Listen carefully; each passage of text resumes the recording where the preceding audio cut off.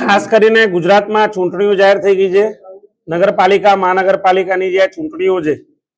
અને એમાં પણ જે મતદારો છે, જે શહેરીજનો છે, ખાસ કરીને નડિયાદ શહેરમાં આજે ગુજરાત પ્રદેશ કોંગ્રેસ સમિતિ દ્વારા મેનિફેસ્ટો લોન્ચ કરવા માટે આવ્યા છીએ. અમે આ મેનિફેસ્ટો એક વચન તરીકે નહીં પણ કમિટમેન્ટ તરીકે, કોંગ્રેસનું કમિટમેન્ટ જે નડિયાદની જનતા માટે બંધ એસી ઓફિસમાં બેસીને ભારતીય જનતા પાર્ટીના સત્તાધીશો દ્વારા જે બનાવવામાં આવતા મેનિફેસ્ટો, જે ખોટા મેનિફેસ્ટો, ખોટા વાયદા, માત્ર ને માત્રમાં સત્તામાં આવ્યા બાદ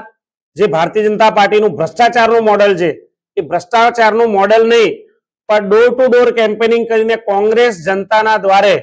અને જનમન જેવા જાહેર કાર્યક્રમો થકી કોંગ્રેસ પાર્ટીના સંગઠન દ્વારા, નેતૃત્વ દ્વારા જે સ્થાનિક મતદારો છે એમની શું જરૂરિયાતો છે, શું પ્રાથમિક સુવિધાઓની જરૂરિયાત છે, એ સુવિધાઓને જાણીને એમના ફોર્મ ભરાઈને એક ડ્રાફ્ટિંગ તૈયાર કરવામાં આવ્યું હતું. એ ડ્રાફ્ટિંગ પ્રદેશ સમિતિમાં નડિયાદ શહેર સમિતિ દ્વારા જમા કરવામાં આવેલ અને એ મુદ્દાઓનો વિષયોનો અભ્યાસ કરીને કોંગ્રેસ પાર્ટી નડિયાદ મહાનગરપાલિકામાં સત્તામાં આવે તો કયા પ્રકારનો મેનિફેસ્ટો હોવો જોઈએ જે જનતાને સુખાકારી માટે ફાયદો કરી શકે, પ્રાથમિક સુવિધાઓનું નિરાકરણ આવે, એ બાબતે અમે આજે મેનિફેસ્ટો લોન્ચ કર્યું છે નડિયાદ મહાનગરપાલિકા માટે. જેમાં મહિલાઓના જે પિંક ટોયલેટ થી માંડીને જે અહીંયા દીકરીઓ ભણવા આવે છે તેમને એસી હોસ્ટેલની સુવિધા મળે. નડિયાદ શહેર જેમાં ગુનાખોરી વધી છે, લો એન્ડ ઓર્ડર ખાડે ગયું છે, ત્યારે નડિયાદના નાગરિકોને, મતદારોને એ ગુનાખોરીથી બચાવવા માટે સીસીટીવી કેમેરા, આ શહેરનું ડિજિટલાઇઝેશન થાય. અહીંયા જે જન્મ મરણના દાખલા જેવા જે ટેક્સ બિલ છે, અન્ય જે આવકના પુરાવા જેવા ડોક્યુમેન્ટ છે, એમાં કોઈ વિદ્યાર્થીને, કોઈ વાલીને પરેશાની ના થાય એ માટે સંપૂર્ણ ડિજિટલાઇઝેશન થાય મહાનગરપાલિકાનું. એ માટે એક વિશેષ બજેટ ફાળવવામાં આવે. જે અહીંયાના સૂકા તળાવો છે, જે બાગ બગીચાઓ અત્યારે જે સૂકા છે, એનું સારી રીતે ડેવલપમેન્ટ થાય. નડિયાદ શહેરમાં જે આવેલા તળાવો છે, તળાવો 365 દિવસ ભરાય અને તેના દ્વારા જે એક્યુઆઈ ની ચિંતા છે, જે દિલ્હીમાં વાયુ પ્રદૂષણ ફેલાઈ રહ્યું છે, ઝેર ફેલાઈ રહ્યું છે, અને ત્યારબાદ આજે જે ગુજરાતમાં બી મોટા મોટા મહાનગરપાલિકામાં, શહેરોમાં જે આ પ્રદૂષણ ફેલાયું છે અને 200 કરતા વધારે જે એક્યુઆઈ ફેલાઈ રહ્યો છે, એ એક્યુઆઈ ને કંટ્રોલ કરવા માટે પણ અમે આ નડિયાદ શહેરના તળાવનો વિકાસ થાય, સુવિધાઓ વધે, અહીંયાનું શિક્ષણનું જે સ્તર છે, અહીંયાના બાળકોને સારું શિક્ષણનું સ્તર જળવાય, એ માટે માધ્યમિક અને ઉચ્ચતર માધ્યમિક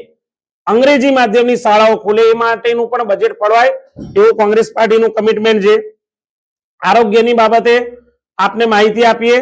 તો 24 કલાક ઇમરજન્સી સુવિધાઓ મળી રહે. ભારતીય જનતા પાર્ટીના આરોગ્યના જે પ્રાથમિક સુવિધા કેન્દ્રો છે એમાં સામાન્ય પેરાસિટેમોલ કે રેન્ટેક જેવી સામાન્ય દવાઓ નહીં પણ સારી એન્ટીબાયોટિક, જે જીવન રક્ષક દવાઓ, મોંઘી દવાઓ કહેવાય એવા પણ અહીંયાના શહેરીજનોને, મતદારોને મળે. એ માટેના એવા 24 કલાક સુવિધા કેન્દ્રો ખુલે, આરોગ્ય કેન્દ્રો ખુલે, એ માટેનું પણ અમે વિશેષ બજેટ ફાળવીશું. પાણીની જે મેઇન સમસ્યા છે નડિયાદ શહેરમાં, 24 કલાક ચોખ્ખું પાણી મળે. ભારતીય જનતા પાર્ટીની જેમ આરઓ પ્લાન્ટના બાને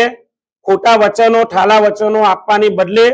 અહીંયાના શહેરીજનોને ચોખ્ખું પાણી મળે, 24 કલાક મળે, એ બાબતે અમે ચિંતિત છીએ અને એ માટે અમે અમારી સત્તામાં આવીશું તો અમે એના માટેનું વિશેષ બજેટ ફાળવીશું. અહીંયાના સારા આરસીસી વાળા રોડ રસ્તા બને, જનતાને ચાલવા માટે સારી ફૂટપાવડી મળે.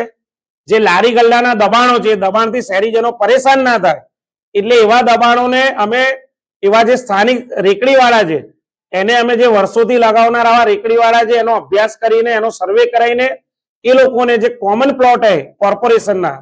મહાનગરપાલિકાના, એમાં એક નિશ્ચિત જગ્યા એવા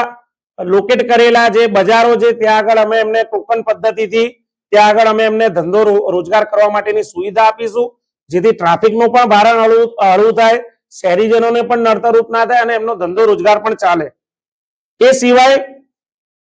જે યુવાનો અને જે અહીંયાના રોજગાર બાબતે ચિંતિત છે, જે નડિયાદના શહેરીજનો, સારા સ્કિલ ડેવલપમેન્ટના કાર્યક્રમો થાય અને જે સારા નવા જે નાના લઘુ ઉદ્યોગો છે એના માટેના તાલીમ કેન્દ્રો મહાનગરપાલિકા દ્વારા ખુલે, એ માટેની પણ બજેટની વિશેષ જોગવાઈ અમે જો સત્તામાં આવીશું તો કરીશું. આપ સૌ અહીંયા પધાર્યા, પ્રેસ, પ્રિન્ટ, ઇલેક્ટ્રિક મીડિયાના મિત્રો, આપ સૌને હું આવકારું છું નડિયાદ શહેર સમિતિ દ્વારા. આપ સૌનો ખૂબ ખૂબ આભાર.